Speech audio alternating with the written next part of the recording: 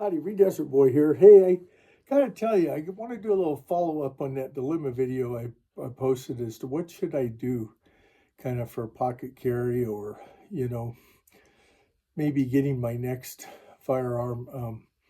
So I know I kind of discounted the autos. It's probably unfair of me, but so I do really like the revolvers. But let me tell you what I went out and saw. The bargain 442 I saw, of course, was gone because it didn't make it through the Christmas season. Um, what else I saw was there's a Model 60 no dash still sitting around, but it's pretty pricey, you know. Generally, when things get beyond the, I don't know, $500-600 range, especially as I get up there near that 1K or 900 kind of range, I kind of cringe a little bit because it's got to be something that's really special that you want for something like that. So, um, and it's just, it's not practical, for me. So anyway, the other thing I was looking at, and I ran into somebody, sometimes when you're out looking at firearms, you might chat with somebody for a minute. And we were both looking at, so coming back to the automatics, the new Smith & Wesson Bodyguard 2.0 and 380. So, and he was telling me that he had shot it, and he also had larger hands and things like that. And it seemed like he liked the gun. And as we talked about different platforms we liked, we seemed to have similar tastes in that.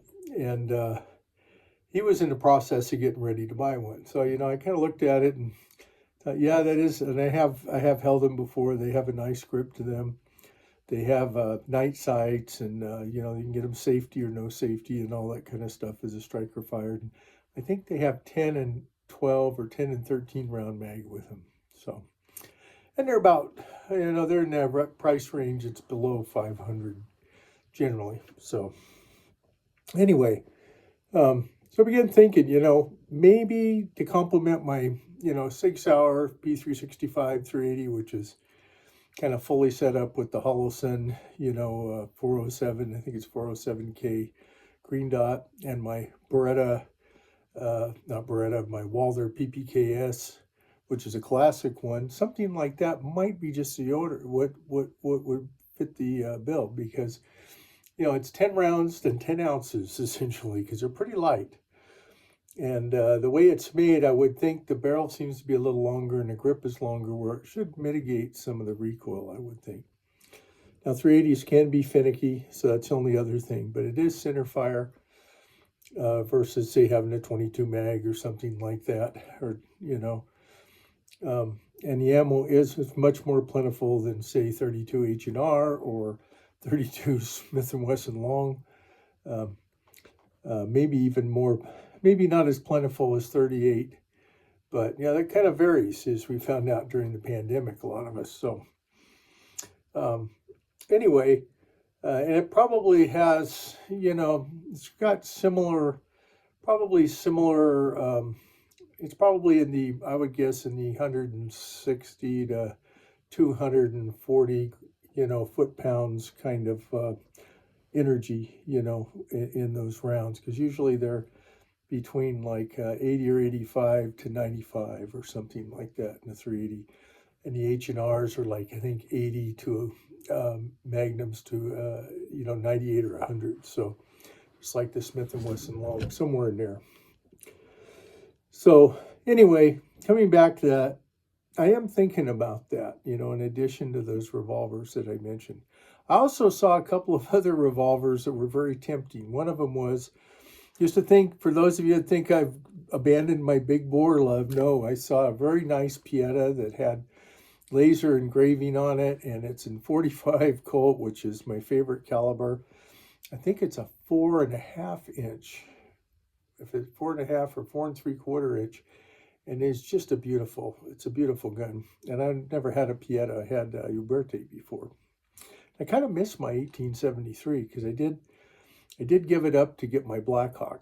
So I kind of miss that because it's nice having one of the very classic designs. So anyway, just coming back to that. In addition to that, there were 3 different Ruger security sixes, single sixes. I think that's what they're called. The 22 caliber single actions, and they were all very nice. They were from different eras, I think 67 maybe to 79, and one of them had both cylinders. So also in those price ranges where it might be, you know, compatible with what I was looking at in the 2.0 Bodyguard.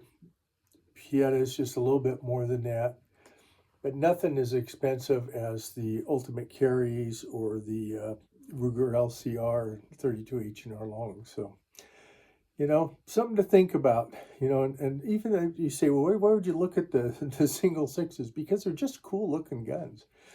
I know most people that have them, they do not get rid of them. And if they got both cylinders, it's nice to have it, even though it's single action, because I happen to really like 22 long rifle and 22 Magnum. So, but once again, you know, if I had my choice of what I've been looking at, because of the classic revolver person in me, that Model 60 no dash and a Model 67 no dash, which I don't know if that's around. I didn't make it by there today, was really tugging at me. So on the other hand, I was looking at bolt action 22 rifles, and there was a lot of different older ones I found in this one store, some of them with scopes, because I have a family member that, you know, they're looking for that, and of course they'd have to go out and purchase it, but you know, at least I can let them know that where to go look, and you know, when they're ready to go buy one. But that was kind of interesting, because I used to have a Marlin bolt action with the gold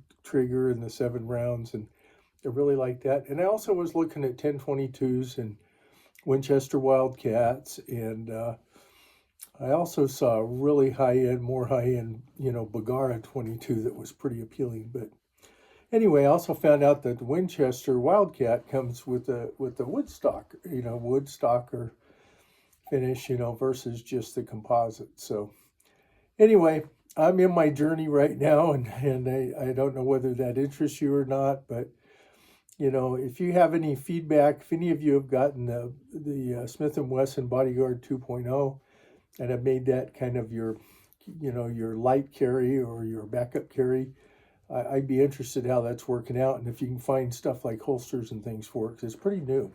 So Tree Desert Boy always says, be safe out there, whatever you're doing. If you like this video, please like, comment, and subscribe. Bye now.